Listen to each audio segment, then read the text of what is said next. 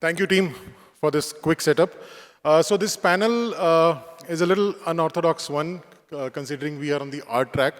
But this year at IGDC, we thought it's important to bring in new and such topics which are, which we think are very important, even for the artists.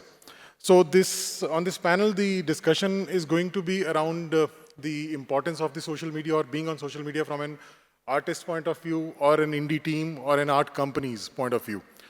I'll quickly take a round of introduction of the panelists and then just leave it to them. We have Akash Menon with us. Akash heads gaming at Tulsea Media, which is a talent and content management company. Let's welcome Akash, guys. Next, we have Vaibhav Chavan, who is the founder and game director at UnderDogs. Vaibhav is making Mukti for PlayStation 5. Then we have Kshiraj Telang. Kshiraj is the art director at Moon Active. He's ex-Rovio, ex-King, and founder and host of Doodles to Download, which is a game art podcast. And the moderator of this panel is going to be Ishma Mahajan, who heads the content creation for social media and marketing at Lakshya Digital.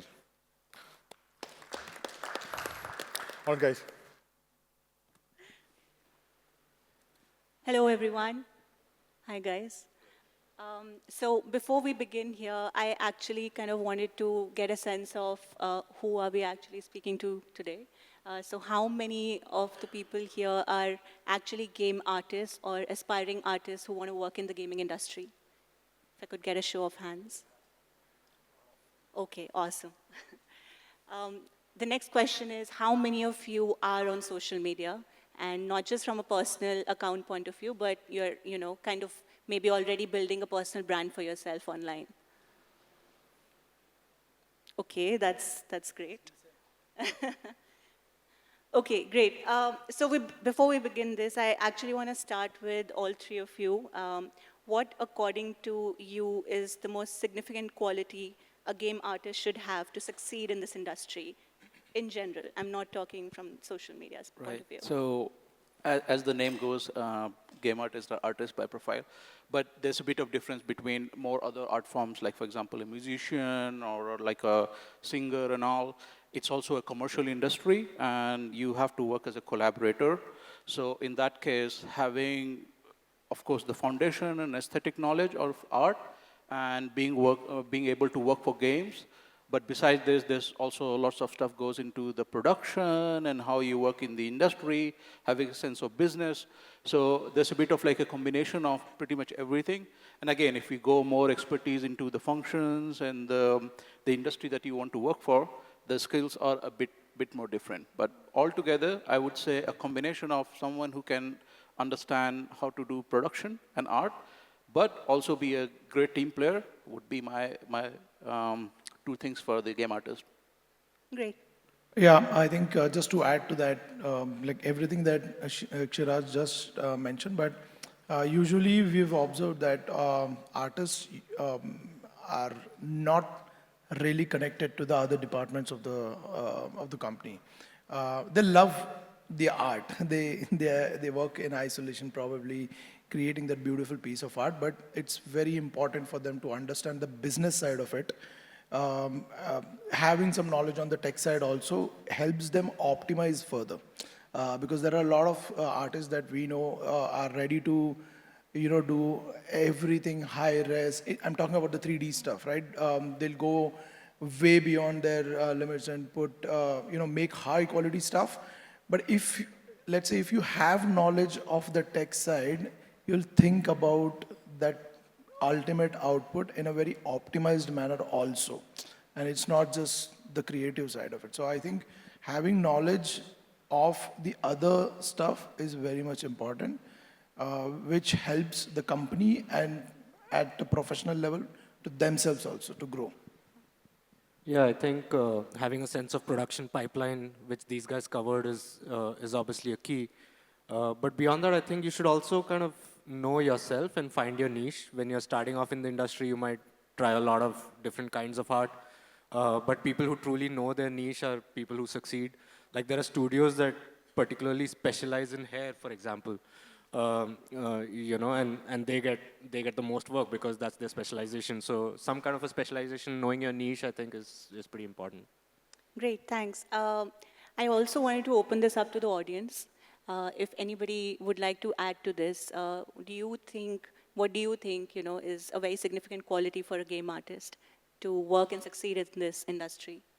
Anybody would like to add?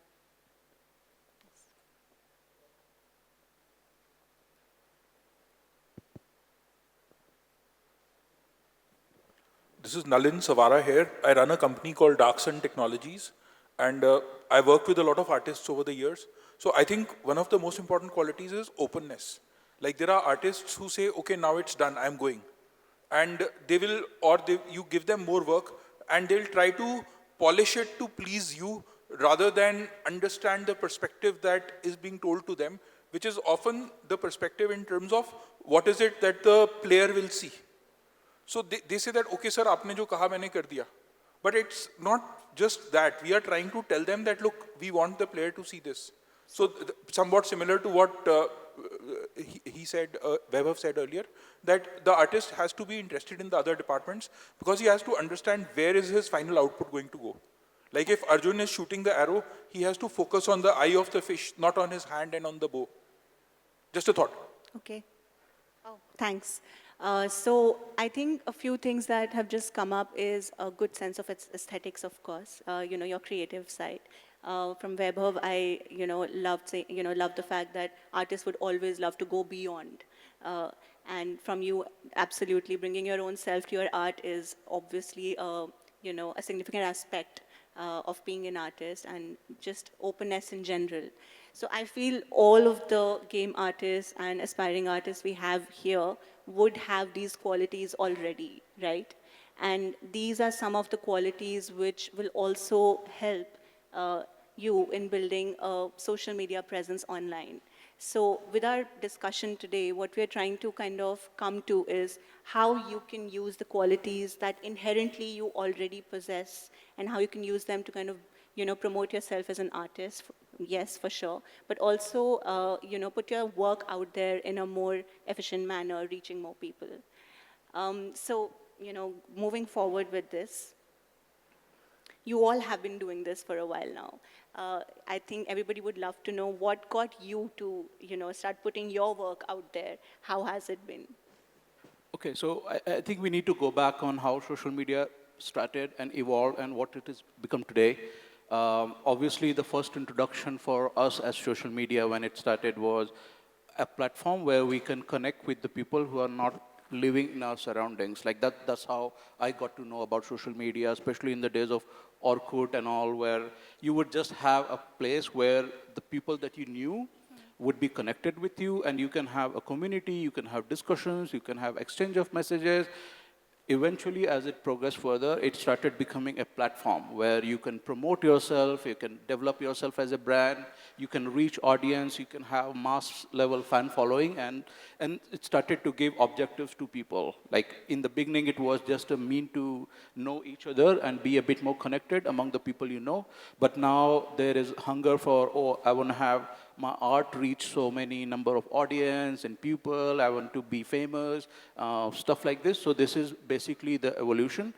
And in that case, the ones who have succeeded to progress further, it has been a challenge, like overall, like to go further, because it cannot be a one-way communication. It's very hard. Like in the case of celebrities or actors and actresses, it's a bit more easier because the fame, people look upon them, they want to know what they're having for breakfast, stuff like this. So pretty much most of those things automatically gain tons of traction.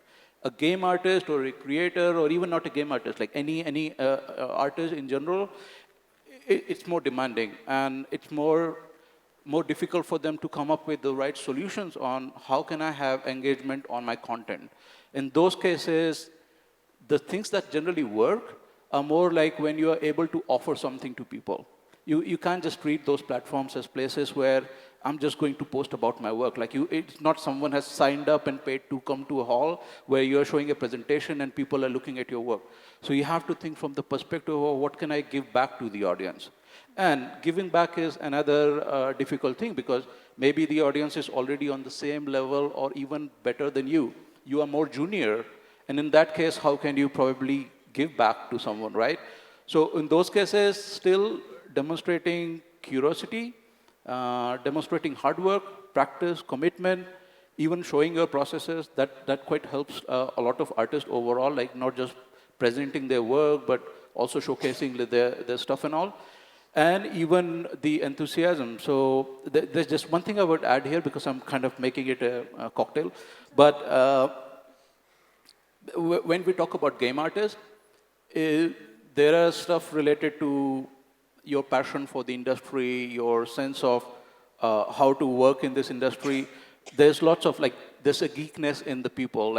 Oh, I bought a game, maybe you don't want to clutter your timeline with all the mix of stuff between your art, between your lifestyle, but there's always nice where you are able to post about your collection of 80s retro cassettes or anything that you generally do as part of your work, which circles you as a complete game artist. That kind of positioning gives back something to the audience. So for me, I started putting out content back in 2017. My sole reason to put out content was because I personally didn't, when I was looking for information on the internet while I was starting, I couldn't find. So I had no clue about the social media presence or, becoming a voice or something like that, or growing my followers or anything. Randomly, I just used to put videos of any important information that I had, that I felt that would be helpful for somebody else. I just posted it out. Slowly, I started realizing the power of it. I used to post videos in English earlier. Now it's a mix of it, but when I started posting it in English, I slowly realized that I was posting videos on App Store optimization and all that stuff. And then I realized the comments that I saw, it was all about, Sir, game kaise banate? Right? And this was very ground level problems that people were facing. And slowly I realized that if I start putting videos on what people need, like what he mentioned, right? It's not about what you want to show. It's about that you can do when you are, Shah Rukh, right? you reach to that level. But at this point when you want to start, right, if you think what you know today it could be helpful for the other person out there somewhere sitting in a tier 2, tier 3 city who has no reach to good sources out there, if he can just scroll Instagram and see and it would be helpful for it, that is content for it. That is where, and it will automatically translate into you being very important person out there, right? And for you to have that presence today in this world, like 2017 compared with today, it's a complete different world today. It is very, very important for everybody, not just artists, not just a designer, everybody to have that personal brand today, to put content and be known for the people out there. Because I feel, the kid who cries the most gets the milk. So if in the crowd, if you do that, you get that attention and you would be out there. For me, my role is primarily business development. And in this day and age, you can pretty much reach out to anyone in the world. And I had to do a lot of cold reach outs to develop business, to get gigs for our talents. And even me, I get so many cold emails today that half of them get lost, or I get so many people reaching out to me on LinkedIn, half of them get lost. But as soon as I go to someone's profile and I see that there's a background, I would respond. And I would assume that people with money or people who give people jobs, like Vaibhav, as soon as someone reaches out to him, he would probably check their background if there's something there. So as soon as you post something like, yeah, I worked with Red Bull, or I worked with this brand and that brand, as soon as you, start putting out your work, people see you differently. People see that this is legit and he's done some work, and they would be a lot more excited to talk to you. So it's, like Vaibhav said, it's so important to showcase your work and be your own brand. And it opens more doors as well. You might be an artist for a game studio, but if you have like 1 million followers, suddenly you can start working with other brands as well for work with them. So it's primarily that, and that's kind of how I also started posting my work, because I realized I was getting more responses. And yeah. Oh, great. So it does kind of act as an extension of your portfolio, but something that probably could be called like an elevator pitch for anybody you're reaching to online. So I mean, great. What I want to ask you next is for anybody who's going to start doing it, say today after the session, is going viral or game over the strategy that they should be, taking up? What's your take? I would say when you start off, if you're just starting off on social media, you should try multiple things because you won't have million followers. You'll probably start with 10, 20, 50, 100. That's the time to experiment to see what's clicking, what's not clicking, what you should always check your insights and traction to see which posts are doing well, which posts are not doing well. And of course, find your niche. And once you've found your niche, you just have to keep posting. Like, you just have to be so regular and you have to showcase the work. And it's not just for validation, right? It's also for feedback. Like, feedback as an artist is so important and you have to be so open to it. And you'll get feedback only when you're close to your community and you keep, sharing your work with them. I think for me, two things are important. When you're starting out, like you said, you experiment with stuff, right? I would say that's one thing, but do not go for a massy audience ever to start with. It is always, the niche always works better. You see, firstly, you're an artist. You are blessed with that. It's easier for you to grab audience on Instagram if you are an artist. With your content, with your creativity, right? But there are millions of artists focused on one particular niche. I'm sure you might know, right? There's an artist who is expert in doodle paintings. Someone in matte. Someone is doing some very weird art styles. If you know Ori, the influencer, if you see his Instagram page, you'll see a particular type of thumbnail on his. That's a beautiful art style. That's eye-catching, right? Having that niche is very much important.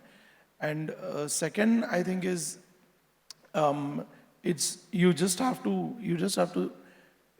can't just put the content out there. Like, when you start with the content, slowly you have to gradually show who is the person behind that.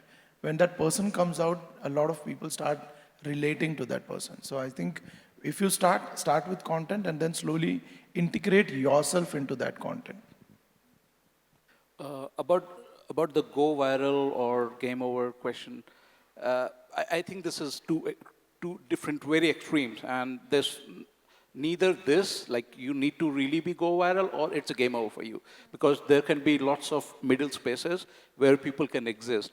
I think it's more about how your life and career and your whole path is progressing, and social media is a track which you can completely ignore as well. And there are people who survive. I've seen people working at, I don't know, Pixar and whatsoever, and they don't even have a social media page at all. And they are still very accomplished people with grown knowledge, grown skills, and performing great in the industry altogether. But ideally, it's nice to have a bit of like a social media track ongoing for you, where you are continuously going. But it depends on what your expectations are and what you are hoping for social media to give back to you. And here, everyone's requirement can be very different. For example, when I was starting, when my career was beginning, I needed audience from all directions. Back then, number really mattered for me, because it really helped me position between if I have 5,000 followers versus someone having 200. There was a difference that got created. That 5,000 people know him. That kind of like thing. So in that case, reach became important to me. However, yes, there's a focus group that you should individually know for yourself, which matters to you. It doesn't mean the other people don't matter, but in a way, the right audience, which is what you have benefits from. It can be an employment benefit. So basically something where, I want to be connected with hiring managers or recruiters or places where I can get employment from. And then I'm not very openly, but I'm trying to create content which can get the limelight of those people. And then even choosing those platforms which will allow me to have that. If you are trying to make revenue out from something, then you will need to choose platforms where it's more content oriented, where there can be revenue generated back, like YouTube and all. And one thing which will be important here is you cannot just go on social media and keep doing stuff without investing on the other side alongside. What this means is, you really require that when you are connected with a certain people, you have to invest your time and effort to also do ad hoc networking. You have to also go back to their content, respond to their stuff. You need to develop relationships and friendships. So it's a lot of like parallel track that is also needed. It's not just about like the social media kind of track. I mean, I'll give you an example. Like I just met Alvaro, who came over as a speaker, and I was the curator, and we got to know each other from few days. Now, for example, if I break that bridge entirely in 2-3 years, or for example, like we are disconnected, we went into our own lives and all and stuff like that, naturally the engagement and algorithm will become a devil for you, and those things will start to disconnect us. And this is where the continuity of engagement is really, really needed. Like tomorrow, if I post a picture, maybe he will send a heart symbol. Day after tomorrow, when he'll post something, I will engage. But if we do not continue to keep that background exercise ongoing, and this is something that I make sure, like if I'm, and I can't do that for 500 people, of course, but there's a certain 20 to 30 people which really matter to me. What are my next milestones in my career? Studio leadership people, people I would probably like love to go further, and conferences I would like to go to. Those are the people which probably social media contributed me to connect with, but I have to put a lot of more extra energy in order to make that circle going on. Just a quick addition, sorry if I may have been ahead. drifted away earlier on that question, but if you ask go viral or game over, I wouldn't say that. Like, it's not the case. It's not necessary to go viral, but it is important to have that little bit of social presence out there, because physically you can reach to a limited places. Socially online, there's a lot better opportunity globally. So just focusing on your work, but simultaneously having that social media presence is important. Going viral is not important, not at all. It's all about the community these days. That's Oh, great. How healthy. What I wanted to, ask here, because all of you have kind of touched upon this, is that if you're a game artist, it's not just about putting and posting, your work out there. Like Kshiraj very well mentioned, it's also about engaging with your audience and, building a community. But it's also going to be putting your personality out there, right? And that is something that will go hand in hand with how you curate your art. So do you guys have some tips that you could share for the audience here? Even algorithm-wise videos, we are moving towards, not moving towards, we have moved towards videos doing much better. And people these days don't want to just see the end product. They want to see how it's made, the process behind it. So if you're an artist, I would suggest keep documenting your whole process, from the first day to the final product. And you have to put that process out there. It can be short reels, it can be fast forward kind of a video, but most people want to see that. They don't want to see just the end product. Yes, the formats can be there are millions of formats. There's a format where you show like a glimpse of what you will see at the end of the video, but you hook the player, user to, I'm saying player because of all these games. But you take the user to that end level, and then you show the last thing, like the cooking videos basically, right? You usually see. But anything that you do, some people just don't get into these edits, and they're very raw content that they put. But it's important to showcase yourself. I'll be very adamant on this. It's important to for people to see who is the person behind it. And and there are stages of it. Slowly, when people start seeing your content, they will also want to see what do you do? Basically, what's your life, right? And that is how you basically build a bigger following. Otherwise, you'll stick to a very small number throughout. I mean, pretty much everything got said here with the process, which you can highlight, and also your personal identity and making that kind of connection. You could generally talk about your lifestyle, even the tools that you use. If you bought a new hardware, even though there are tons of reviews of the new iPad, which might be around, just reflect your own impressions. You can talk about how you feel. So this way, the audience is understanding that you are passionate, how much you are committed, and there is a level of engagement going on, which is very, very helpful. And also keeping an eye on the ongoing art trends around, like what's happening at the moment is maybe a new hashtag got popular, and there is so many artists which are contributing to this, like draw this in your style, or mermaid, or some art versus artist. So there are sometimes some stuff just goes viral like crazy. Like maybe a very big artist will come up with an idea about my first drawing when I was six years old. Let's start posting that. Then participating in that trend. So those generally things are also helpful. And if you are more like a mid-level artist where you can create a trend, that's even better, because then someone will credit you for it. So, but when you're creating trend, it's important that you don't ask for something which is very time consuming, because not everyone is going to participate and start doing effort for no reason, unless you are Shah Rukh Khan. So that would be the thing, right? You will have to come up with something smaller, like my self-portrait in 10 seconds. Like that's like a hashtag, and then you did something, and maybe 4 more people started to do that, and it started to become a circle. So in some cases, like these of trends, following these trends are very helpful, because they, in a way, also help beat the algorithm, and people are able to like more do organic conversion and visibility. So these things are very, very helpful in the case of art.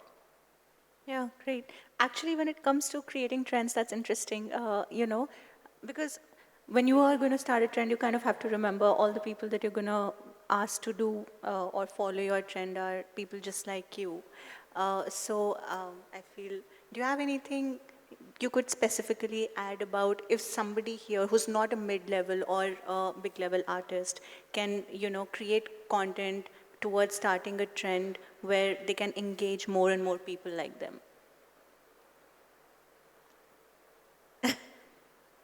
I don't know, maybe like I'll need to do some research on that. So first thing, research is important.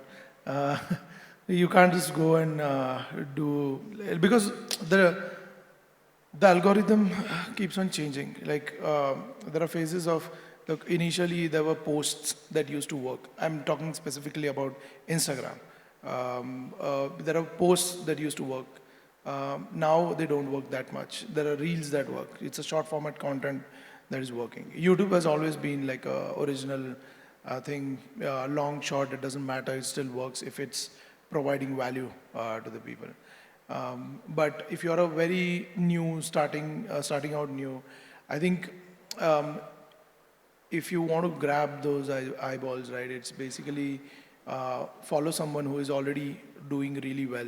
If you can just, learn stuff from his account, his content creation techniques, and, implement those in yours.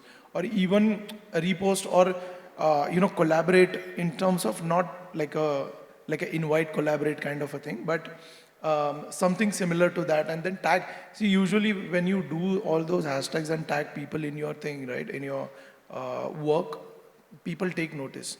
When we post content on LinkedIn, right, you see like 2 likes on your post. A lot of people get disheartened at that stage. The people who actually really understand the logic behind it, they succeed, because if 2 people are liking that, it means 200 people saw that. Just 2 of them had that, had that appreciation for it, and they liked it, but people saw it. When you consistently hammer that content out, people start taking notice gradually. So it's just that if you're new, maybe learn from the players who are already there, try using that techniques and just replicating those. I truly believe you shouldn't try to chase virality. As long as you're authentic, virality will come to you. So just be yourself and just like your personal identity, your brand, be authentic to it and it'll come. That's what I truly believe. I think I would, I mean, I agree to the answers, and the answers are complete here. But there is a parallel struggle going on for the artist toward their own individual development and their own individual personality building. And here, what will work on the social media can sometimes like ruin your path all entirely as well, where you have to be a bit more careful. Something which we just got added, where going your individuality track and not really having huge expectations that you want something in return, but letting your own self develop. It might take a little longer time, but probably like coming up with something that inspires you so that the artist inside yourself doesn't get killed. That is a bit more difficult thing to maintain because you want to go further. Apart from it, I think in general, like a combination of pretty much everything going around in the trends, interacting, engaging, I think that would be quite good. Yeah. Okay, so somebody did kind of mention about the validation that you would get, on social media. What about the other aspect? How should, somebody who's putting their work out there deal with the criticism that you might receive? And, are there any tips for that as well? So criticism is, from my perspective, it's a difficult one to deal with, and the industry is pretty small, in my opinion. I mean, you will always encounter, it's also a very sensitive industry. You have to be careful about what you can go forward and speak out. Like, for example, if you probably get downplayed by someone and they don't agree to how you have reflected on your visual work or whatsoever, I personally prefer more of a kinder route. I prefer more of a humble response where I can not start to argue with someone or whatsoever. And I try to put myself in their shoes and I try to understand them. I try to take up a conversation with them on direct messages and try to express my point of view that it was not about like trying to hurt your sentiment. I mean, it's a very, very delicate thing, and you never know, like what can all of a sudden convert into something as a completely wrong impression overall in the industry and stuff like this. So usually acknowledging criticism from any perspective is, I believe, is a more rightful way. You can go a bit more higher level up with your modesty and express out whatever you feel like. If the criticism was about the subject you chose or the quality of your work or whatsoever, you can justify yourself on, oh, I thank you so much for your comments. I agree or even I disagree, but I appreciate your perspective and angle, and I didn't think from this angle, for example. Yeah, that would be my approach in most common cases. Yeah. Kshiraj, I just have a quick follow-up question for you specifically, because you've put your work out there, right? So has it ever happened that, you've received feedback on your work and that has actually helped you in your actual work itself as well? Or, you've learned a thing or two about what you do when it comes to the art side? It helped, like what I did on social media, it helped towards... I mean, feedback you received on social media that you were able to incorporate in your work as an artist.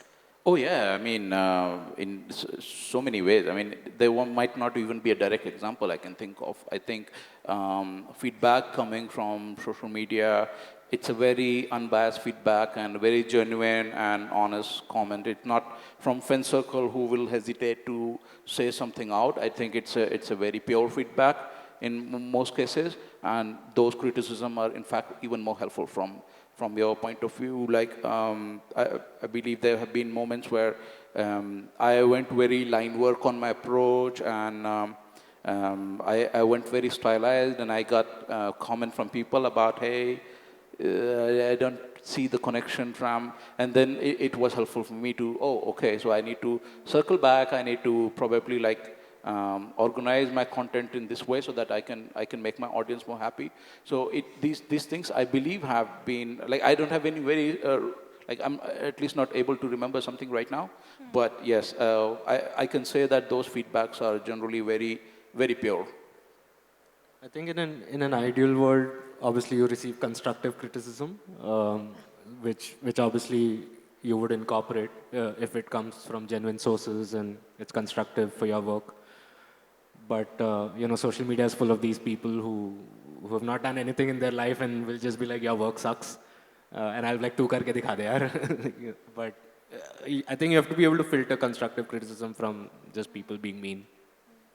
Yeah, the same thing. Like criticism can be broken down into two parts. One is the feedback, which is the genuine feedback which improves you, but you should be smart enough to identify what is, because you've been through that, right? The other person can only tell you what he feels about that. The second part is crap, which you should ignore. I mean, and it's if you think that you're small, you're young, you are not that big professionally yet, and that's why you are receiving this crap criticism. Go check out Naval Ravikant's YouTube videos. One of the smartest guys.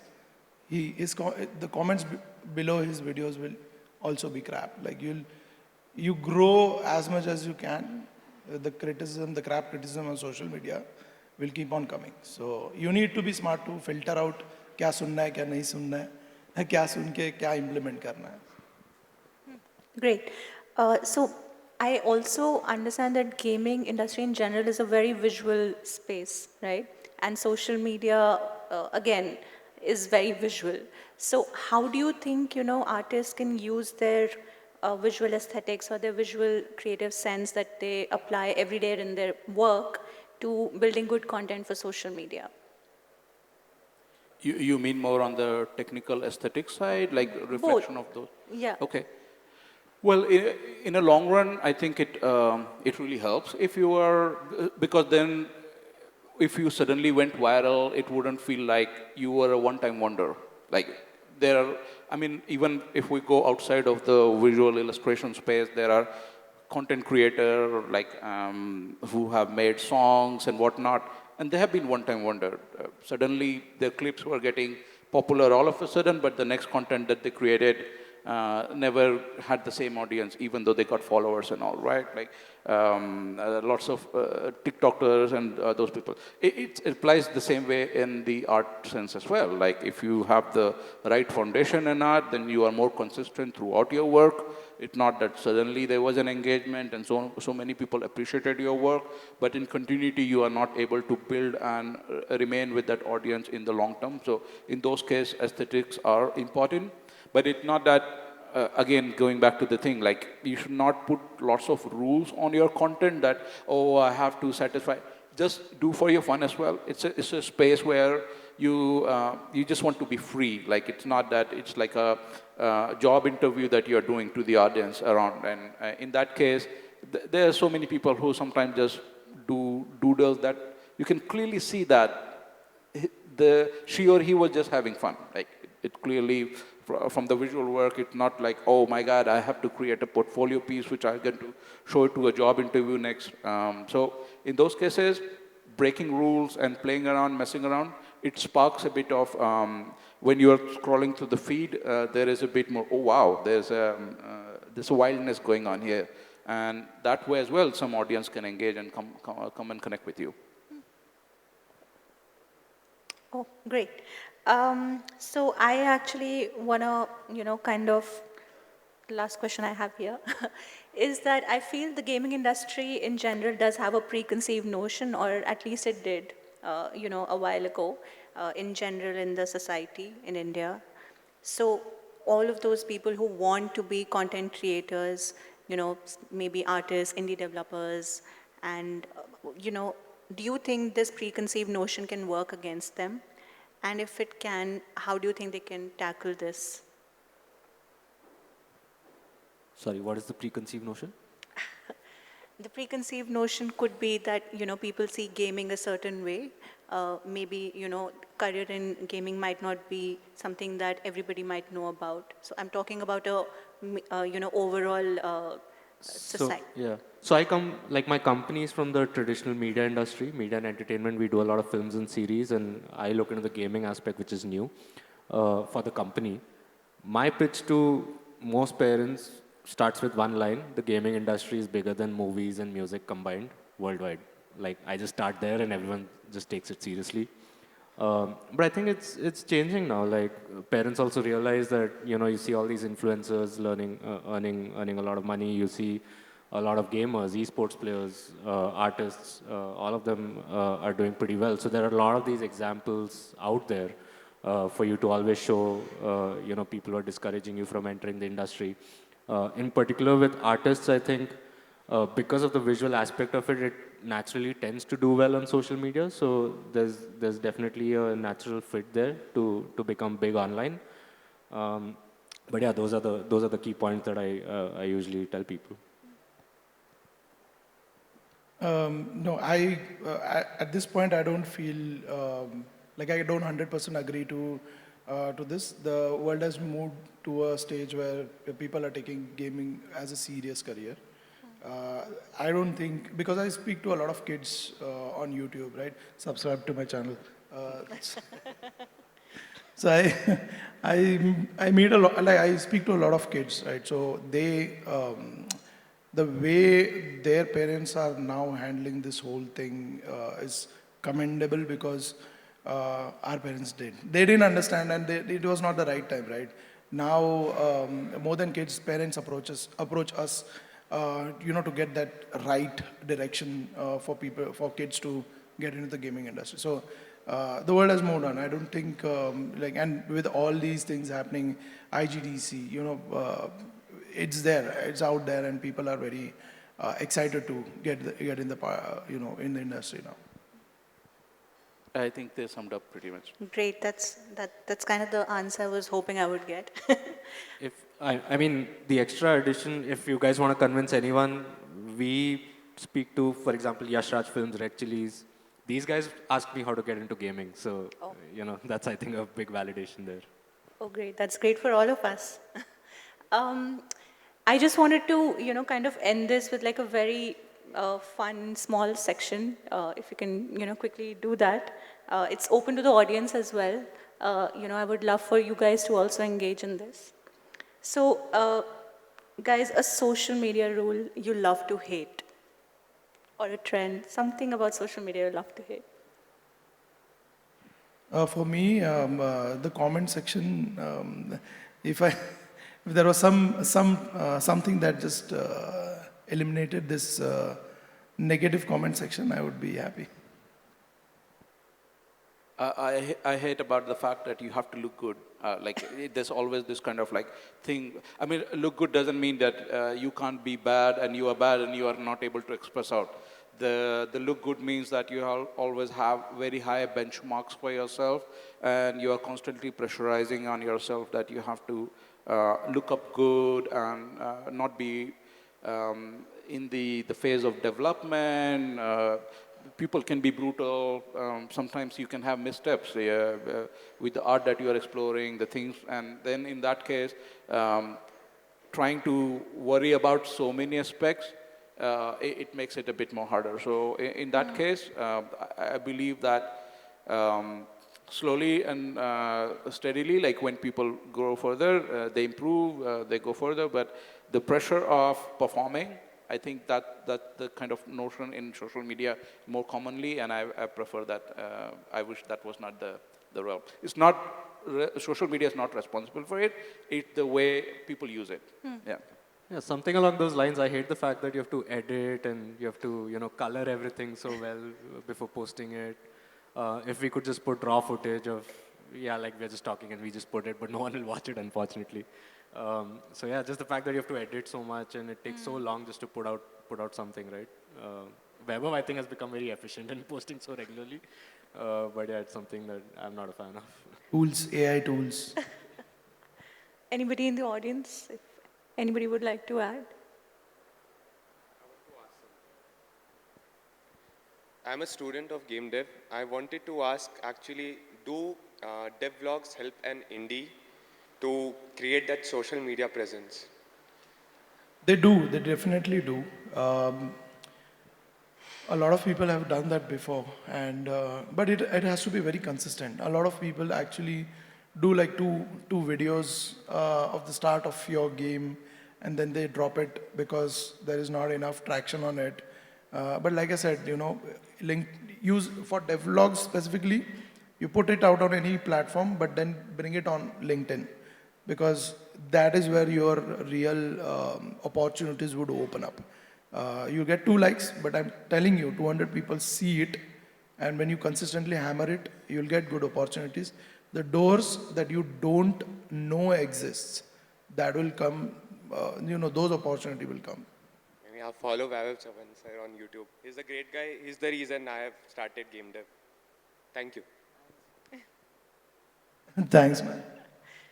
So my next question was, if you could manage or create content for a game character, which one would it be?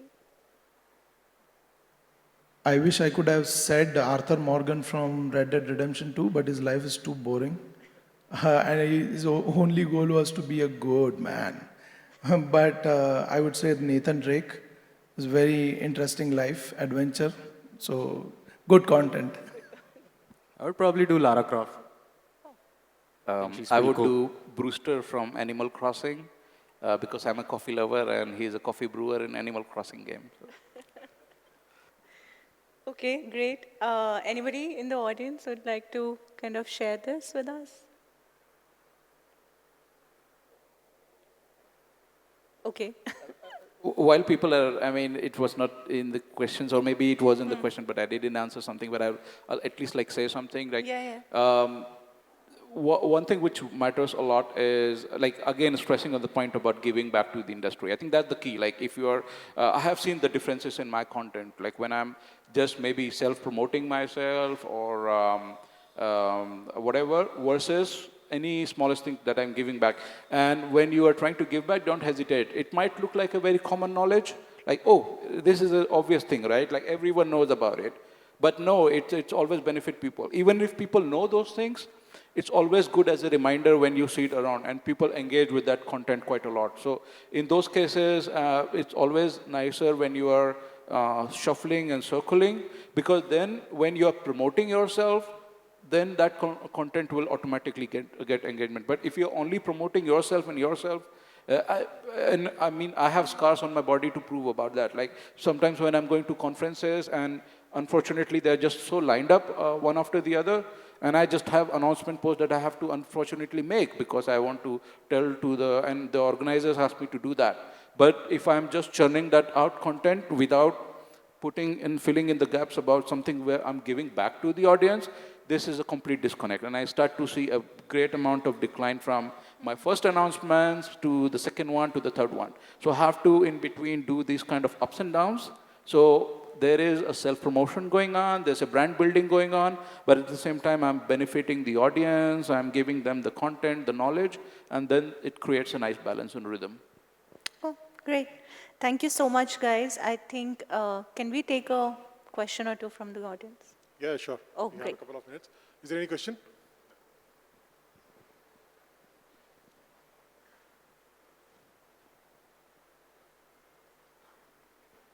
Hi, my name is Siddharth. I'm a freelance digital artist, and I just graduated from MIT last year. Congratulations. And now I just started working, and it feels like when I start a post on social media, when I was in college at least, I had a lot of free time in my hand because I wasn't working and trying to like support myself at the same time. So now when you try to push out content, consistency becomes like a big challenge, because with consistency, the quality of artwork that I'm putting out, I don't really feel like I'm doing myself justice, or like kabhi kabhar to I feel like I can't put this on my portfolio also because it's probably not looking good. I just did it because I have to consistently post something. So is there like a healthy balance or a schedule in which you would like plan how to put your artworks out and like not tire yourself and give yourself an art block at the same time? Did I understand the question correctly? Like you're working professionally, and that's what makes you feel that how do you invest time to create content which would not give you enough of time to? Is that what you mean, or? Yeah, totally. Okay. Yeah, that's always a big struggle. Also on your personal life, when you have a partner, when you have a family, like it is always challenging.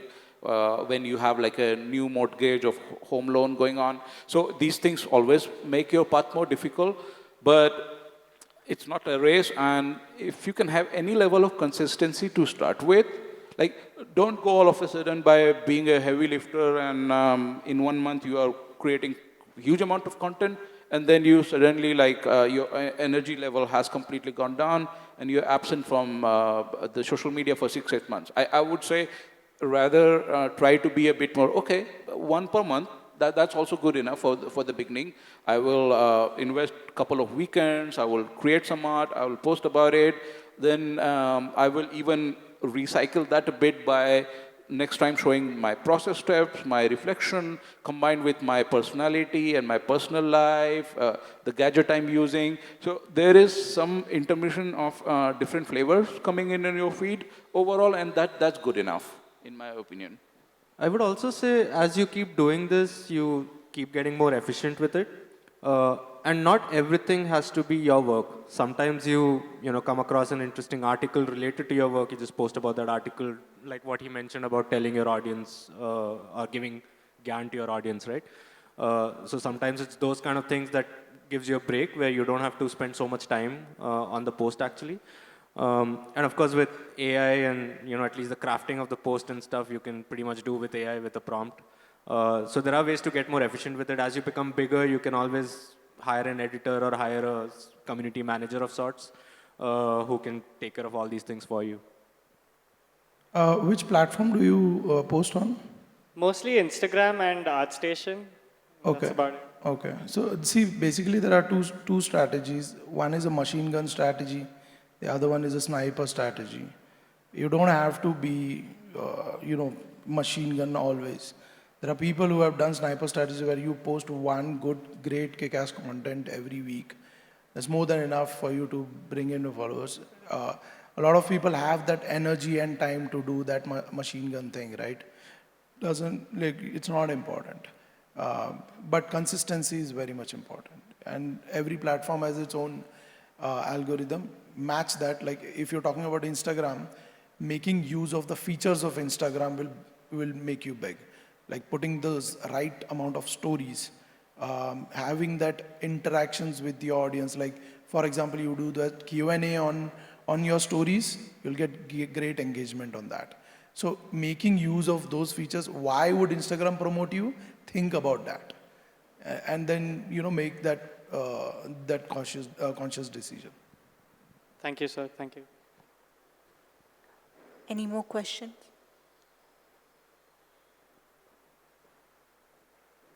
While this got said, there's one thing which even I don't know, I don't do, but I think that's more meaningful is not posting the same content on all the platforms. Like there was an artwork I made and I put on Facebook, LinkedIn, Instagram, this, that, because there's still the same friends which are seeing that content.